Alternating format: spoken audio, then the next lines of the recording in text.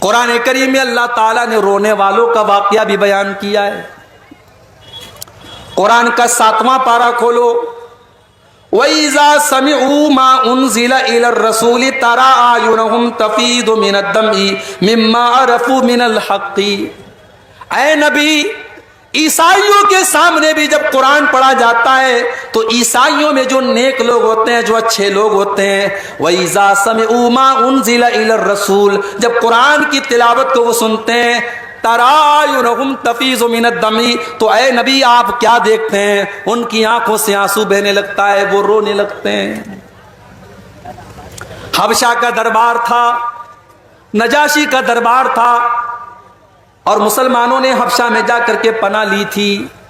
مکہ کے کافروں نے 2 لوگوں کو بھیجا. ان دونوں لوگوں نے آ کر کے نجاشی کو بھڑکانا شروع کر دیا.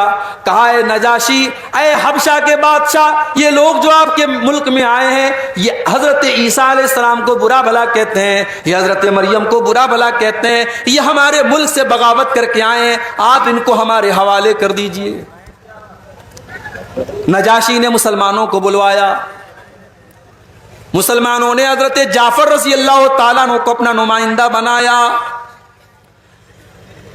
نجاشی نے کہا کہ اے مسلمانوں، ہمیں پتہ لگا ہے کہ تم عیسیٰ علیہ السلام کو برا بھلا کہتے ہو، تم حضرت مریم کو برا بھلا کہتے ہو، تمہارا کیا خیال ہے؟ حضرت جعفر نے کہا کہ اے نجاشی، اے حبشہ کے بادشاہ، میں کوئی اور بات تو نہیں بیان کروں گا، میں قرآن کی آیتیں آپ کے سامنے پڑھ دیتا ہوں. اس کے بعد سورہ مریم کی تلاوت کرنا شروع کر دیا. کبھی موقع ملے تو سورہ مریم کی کسی اچھے قاری کی آواز میں سورہ مریم کی تلاوت سنو میرے بھائی، اگر اندر سے روح نہ سرسار ہو جائے تو کہنا. قرآن کا انداز، کوئی اچھا قاری جب قرآن پڑھے. حضرت جعفر تو اللہ کے نبی کے صحابی ہیں. جب انہوں نے اپنے انداز میں قرآن کو پڑھنا شروع کیا، وَاذْكُرْ فِي الْكِتَابِ مَرْيَمَ، جب انہوں نے حضرت مریم کا واقعہ بیان کرنا شروع کیا، عیسیٰ علیہ السلام کی پیدائش کا واقعہ بیان کیا. پیدا ہونے کے بعد جب حضرت مریم عیسیٰ علیہ السلام کو اپنی گود میں لے کر کے گئی اور قوم کے لوگوں نے تانا مارنا شروع کیا، اور حضرت مریم نے اپنی ماں کی گود میں اپنے اللہ کے نبی ہونے کا اعلان کیا، اللہ کے بندے ہونے کا اعلان کیا. جب یہ سورہ مریم کی آیتیں جب حضرت جعفر نے پڑھنا شروع کی، پورا دربار رونے لگا. نجاشی بھی رونے لگے اور پورا کا پورا دربار سسکیوں سے گونجنے لگا، پورا دربار رونے لگا. اور نجاشی بھی ایمان لے آیا اور اس کے دربار کے کئی لوگ ایمان لے آئے. اللہ نے فرمایا وَإِذَا سَمِعُوا مَا أُنزِلَ إِلَى الرَّسُولِ تَرَىٰ أَعْيُنَهُمْ تَفِيضُ مِنَ الدَّمْعِ، اے نبی جب قرآن ان کے سامنے پڑھا جاتا ہے تو وہ قرآن کو سن کر کے رونے لگتے ہیں. میرے پیارے ساتھیوں، قرآن تو وہی آج ہمارے پاس بھی ہے. قرآن وہی ہے، آج اسی قرآن کو ہمارے یہاں تراویح میں پڑھا جاتا ہے، مگر حافظ صاحب نے اگر 1.5 پارے کی جگہ 2 پارا پڑھا دیا، اگر 1 پارے کی جگہ 2 پارا پڑھا دیا تو ہمارا پارا چڑھ جاتا ہے. حافظ صاحب آپ نے زیادہ کیوں پڑھا دیا؟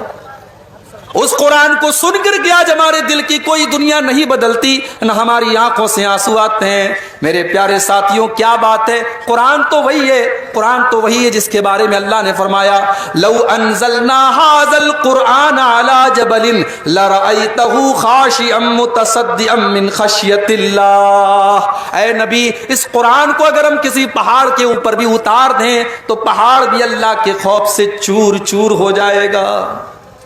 ہمارے دل کی کیا اوقات ہے؟ ہمارا دل تو ملائم سا ہے، نرم سا ہے، گوشت کا بنا ہوا ہے.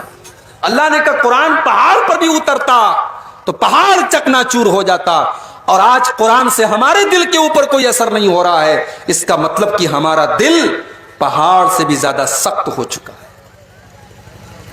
قرآن کا پہلا پارہ اٹھاؤ، اللہ نے یہودیوں کے بارے میں فرمایا ثم قست قلوبكم من بعد ذلك فهي كالحجارة او اشد قسوة.